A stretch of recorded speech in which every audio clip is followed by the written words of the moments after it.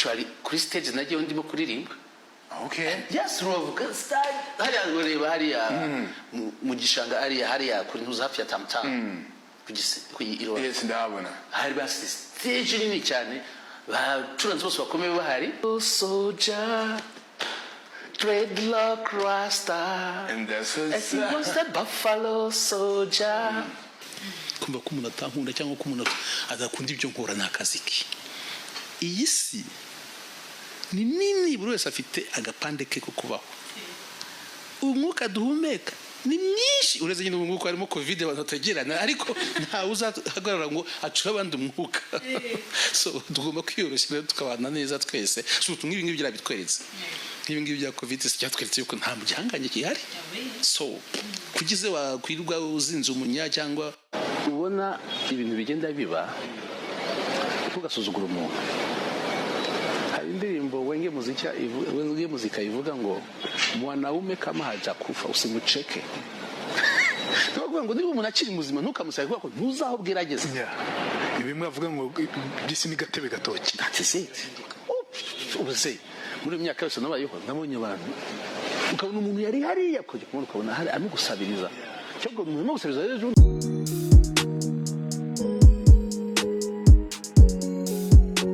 nongeye kubasuhuza abakunzi ba The Next TV kuri Mike ni Clever nk'ibisanzwe. Ubu turakanda subscribe ndagusaba gukanda subscribe kugira ngo ujye ubasha kubona amakuru meza kandi amakuru yizewe, amakuru ya politiki, amakuru y'imyidagaduro, amakuru y'ibyamamare mukunda ndetse n'ibyegeranyo bitandukanye hano kuri The Next TV. The Next TV kabigiye kukugezaho inkuru y'akababaro, inkuru y'umugabo watuvuyemo akaba ari Joseph Habineza, minisita w'urubyiruko cyangwa inshuti y'urubyiruko. The Next TV kabigufitiye amakuru yose nk'uko Joseph Habineza yinjiye muri politike, ubuzima bwiwe, ibyamuranze, ibyo yakundaga, imwe mu mirimo yakoze, amateka yatandukanye cyangwa bimwe byaranze ubuzima bwiwe. Joseph Habineza se yaba yazize iki, yaba yapfiriye hehe, ni ikihe kintu cyaba kishe nyuma y'urupfu rwe? Ahangaha kuri The Next TV niho ugiye kubimenyera. Wowe turakanda subscribe ndagusaba gukanda subscribe kugira ngo ujye ubasha kubona amakuru meza kandi amakuru yizewe. Nurangiza kureba ino video twandikire comment munsi tubwire bimwe mu bintu wifuza ko twagukorera icyegeranyo cyangwa twakubwira utarabasha gusobanukirwa. Wowe witegura kureba ino video ndagusaba gutega amatwi cyangwa gukurikira ijambo rimwe ku rindi kugira ngo ubashe gusobanukirwa buri kimwe ku buzima bwa Joseph Habineza ndetse umenye n'icyo yaba yazize. Nk'uko twatangiye tubibabwira tukaba tugiye kubagezaho cyangwa tugiye kubanza kubabwira bumwe mu buzima bwa Joseph Habineza, aho yavukiye ndetse naho yaba yarakuriye, bimwe mu bintu yaba yarakoze mu buzima bwe cyangwa ko yinjiye muri politike. Tukaba ibyo bintu tugiye kubanza kubagezaho nyuma yo kubabwira cyangwa background ye cyangwa ubuzima bwe yaba yaraciyemo. Turabagezaho icyo Joseph Habineza yabaze cyangwa icyaba cyamuhitanye. Habineza Joseph yavukiye mu karere ka Kamonyi mu ntara y'Amajyepfo. Yavutse ku itariki ya 3 Ukwakira 1964. Nubwo yamenyekanye nk'umunyapolitike, mbere yaho yabanje gukora mu bigo bitandukanye cyangwa yabanje gukorera ibigo bitandukanye. Joseph Habineza mbere na mbere yakoreye ikigo cy'uruganda rwa Heineken Kinshasa, ubwo ni mu gihugu cya Kongo. Yarahagaritse imirimo yo kurukora mu mwaka wa 1998 ndetse Joseph Habineza akaba yaraje kuva muri iyo mirimo yerekeza kuba umuyobozi ushinzwe ikoranabuhanga mu ruganda rwa Heineken mu gihugu cya Nigeria. Aho runo ruganda yaje kurubera umuyobozi mu mwaka wa 1998 kugeza mu mwaka wa 2000. Joseph Habineza mu mwaka wa 2000 akiva muri urwo ruganda yaje kwita atangira imirimo ya politike mu Rwanda, aho yaje kwigaragaza cyangwa yaje gutangira kumenyekana mu bintu bya politike mu gihugu cy'u Rwanda mu mwaka wa 2004 ubwo yari avuye mu gihugu cya Nigeria. No mu mwaka wa 2004 nibwo yaje kwitagirwa minisita w'urubyiruko, umuco na siporo. Iki gihe ino minisiteri ikaba yari kubiyemo bino bintu byose, umuco, siporo n'urubyiruko. Mu mwaka wa 2008 ino minisiteri nk'uko bimaze kubibabwira yari igizwe n'umuco, siporo n'urubyiruko yaje guhindukwa cyangwa yaje kuvanwamo bimwe, aho urubyiruko rwaje kujya kuri minisiteri yayo kwayo. Joseph Habineza asigara ayobora siporo n'umuco. Abingibi akaba yarabivuyemo cyangwa akaba yaraje kubihagarika mu mwaka wa 2011. ubwo yeguraga akaba aribwo yaje kuva kuri ino minisiteri yari ayoboraga. Joseph Habineza guhera mu mwaka wa 2011 ubwo yeguraga cyangwa ubwo yasezeraga yaje kwita ajya mu zindi nshingano nshyashya, we yaje kwita ahagararira u Rwanda mu bihugu bitandukanye.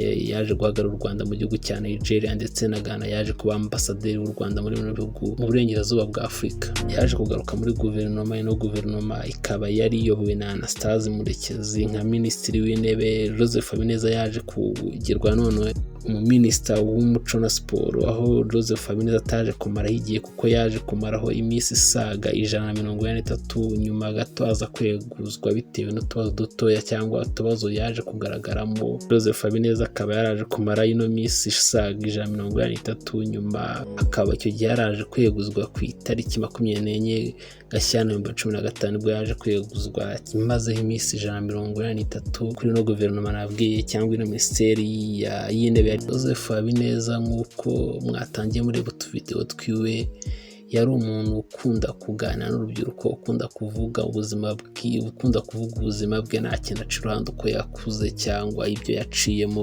Mu 2016 Joseph Habineza kweguzwa mu 2015 nk'uko narimaze kubibabwira. Mu 2016 Joseph Habineza yatangiye cyangwa yaje gufata umwanzuro wo kwikorera, gutangira kwikorera ibikorwa bye bitandukanye. Aho Joseph Habineza yaje gushinga uruganda cyangwa yaje gutangira gukora ibikorwa bindi by'ubucuruzi bitandukanye. Yaje kuyatangira gukora amakaroni, n'uruganda rwise Pastor Joe's makaroni, zikaba zarakorwaga n'uruganda rwo Misiri rwitwaga Ato. Mu mwaka wa 2019 Joseph Habineza yaje kongera kugaruka mu Rwanda, aba umuyobozi w'ikigo bitaga Radiant yacu. Iki kigo cy'ubwishingizi gifasha abantu bafite amikoro aciriritse. Uyu mwanya akaba yaravuye mu mwaka wa 2020 Kanama. Ino foto uri kureba kuri screen ni imwe mu ifoto y'umwaka wa 2014 ubwo Joseph Habineza yarahiraga cyangwa yemeraga ko azakora imirimo ye neza yo kuba umuminisita w'umuco na siporo. Hano ni imwe mu ifoto arahira. Joseph Habineza nk'uko natangiye mbabwira, ni umwe mu bayobozi bakundwaga cyangwa yari inshuti y'urubyiruko. Yakundaga kuganira n'urubyiruko, yakundaga kugirana inama n'urubyiruko. Akaba ari umwe mu bantu bakundaga imyidagaduro, akaba ari umwe mu bantu bibukirwa ku kintu cy'agatangaza akoze ubwo yamanuraga abasitari batandukanye bakina football, ba Samuel Eto'o, ba Didier Drogba, ubwo yabazanaga i Kigali bakaba barihurije hamwe nk'ikipe ya Afurika, abasitari bakomeye bagakina n'ikipe y'igihugu Amavubi. Ndibutsa ko uwo mukino waje kurangira ari ibitego 5 ikipe y'igihugu u Rwanda itsinze abo basitari baturuka ku mugabane wa Afurika ariko bakomeye bakinaga ku isi yose, aho baje gutsindwa n'ikipe y'igihugu Amavubi. Ino foto ikaba yerekana Joseph Habineza ubwo yagarukaga cyangwa ubwo yagarukaga muri guverinoma mu mwaka wa 2014 ubwo yari yongeye kugirirwa icyizere. Ubundi abazi neza Joseph Habineza avuga ko ari umwe mu bantu cyangwa mu bayobozi barangagwa n'urugwiro cyangwa basabanaga n'abantu. Nk'ino foto ubwo Joseph Habineza ari kuganira na Perezida Paul Kagame, ahangaha bakaba bari bagiye mu nama cyangwa mu mwiherero w'abayobozi bakuru b'igihugu. Akaba ari ifoto agaragara kuganira na Perezida Paul Kagame. Ino foto ikaba yerekana Joseph Habineza ubwo yari kugana n'itangazamakuru ryo muri Nigeria. Ino foto ni ifoto yafotoye mu 1998 ubwo Joseph Habineza yakoraga ubukwe hamwe n'umufasha. Joseph Habineza nubwo yayoboye siporo nawe akaba ari umwe mu bantu bayikundaga cyangwa bayikinaga, kuko Joseph Habineza yaje gukinira ikipe ya Electrogaz ya volleyball mu 1989 hani kuri stade ya Nyamirambo. Ubwo yakinaga ino kipe ya Electrogaz akaba yarakinanaga n'abandi bantu batandukanye nka Joseph Habineza. Mu buto bwe cyangwa mu mabyiruka ye akaba ari umwe mu bantu bubahaga abato, abakuru, agaha umwanya abakene n'abakize. Byamugaragaragaho akaba ari umwe mu bantu bicishaga bugufi cyangwa babashaga kugira icyizere abo babaga bari kumwe. Ambassador Joseph Habineza yitabye Imana nyuma y'igihe gito yijije cyangwa koza anniversaire y'imyaka 33 amaze yasezeranye n'umugore we. Ino ni imwe mu ifoto zigaragaza umuryango wa Ambassador Habineza ari kumwe na Perezida Paul Kagame akaba yari afite abana babiri ndetse n'umugore umwe. Ino ni imwe mu ifoto ziberekana uko bari bameze bari kumwe na Perezida Paul Kagame. Nyuma yo kumva bimwe mu bintu byaranze Joseph Habineza cyangwa kumva ubwana bwo ko yakuze aho yavukiye, ukaba ugiye kumenya cyangwa ugiye gusobanukirwa ikintu cyatumye Joseph Habineza yapfuye.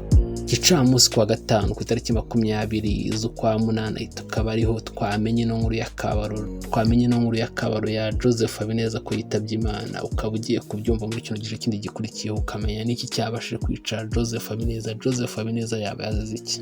Wowe utarakanda subscribe kuri The Next TV ndagusaba gukanda subscribe kugira ngo ujye ubasha kubona amakuru cyangwa ujye ubasha kubona inkuru imwe ku yindi uko tuyisizeho. Amakuru yize wagera kuri The Next TV nuko Joseph Habineza yabanje kujya kwivuriza ubundi mu gihugu cya Nigeria, ahava yerekeza mu gihugu cya Kenya mu mujyi wa Nairobi. Akaba yitabye Imana ku itariki 20 Kanama nyuma y'iminsi 2 yashyizwe mu bitaro. Nk'uko biri kuvugwa cyangwa bitaremezwa bino bitaro byo mu gihugu cya Nairobi, Joseph Habineza akaba yazize uburwayi butaratangazwa cyangwa uburwayi butaremezwa n'ibi bitaro. Se yaba yazize Covid, yaba yazize iki kindi, ariko nuko bitaratangazwa. Ahangaha ugomba kuzamenyera icyo Joseph Habineza yaba yazize cyangwa ikintu cyaba cyabashije kumuhitana. Mu cyumweru gishize Joseph Habineza yaje kuganira n'ikinyamakuru bita igihe.com ubwo yizizaga isabukuru y'imyaka 30 amaze ashinze cyangwa amaze ashinze urugo, amaze abana n'umugore we. Yavuze ko yishimiye kuba amaze imyaka yose abana n'umugore we. Joseph Habineza yagize ati imyaka isobanura ibintu byinshi cyane, ariko iby'ingenzi ni ugukundana no kwihangana. Ino ni bimwe mu bintu twabashije kubatoranyiriza cyangwa twabashije kubamenyesha ku buzima bwa Joseph Habineza. Icyo twamwifuriza ni ukurukira mu mahoro, kandi akaba ari umwe mu bantu bakunzwe n'abantu cyangwa ikaba yari inshuti y'urubyiruko. Utarakanda subscribe ndagusaba gukanda subscribe kugira ngo ujye ubasha kubona amakuru meza kandi amakuru yizewe hano kuri The Next TV.